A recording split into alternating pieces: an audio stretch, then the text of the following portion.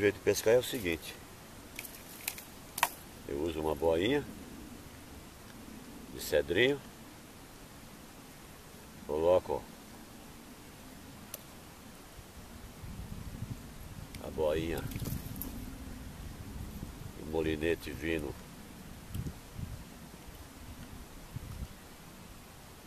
para a boinha,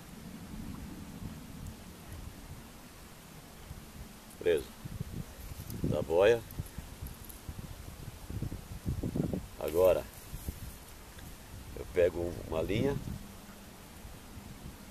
de 80 centímetros,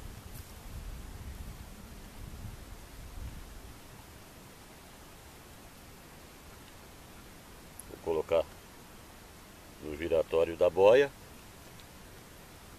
da mesma forma.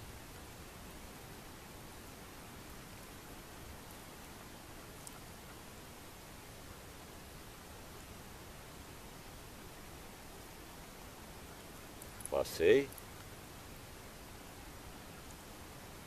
uns 80 centímetros de linha, um anzolzinho 10 ou 12, no caso eu estou usando 12, sem chumbo.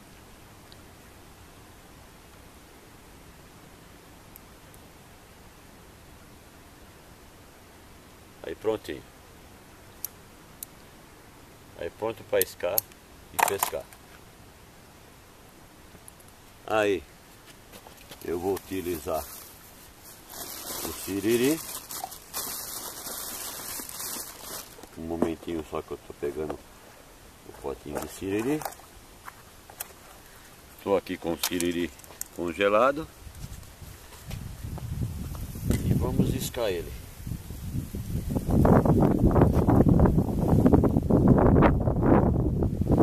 Colocamos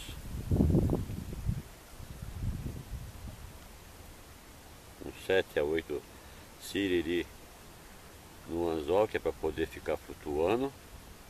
Se bem se afundar também, se a tilápia estiver passando, ela pega.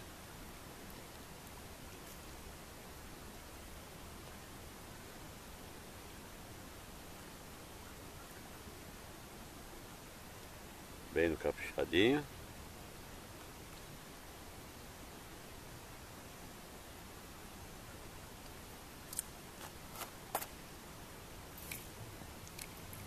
Tá aí,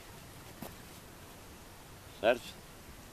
Agora é arremessar com cuidado, virar a máquina para o arremesso. Vamos arremessar ela aqui. Arremessei não muito no meio. E é isso aí. Contar com a sorte, né? Espero que deu para entender.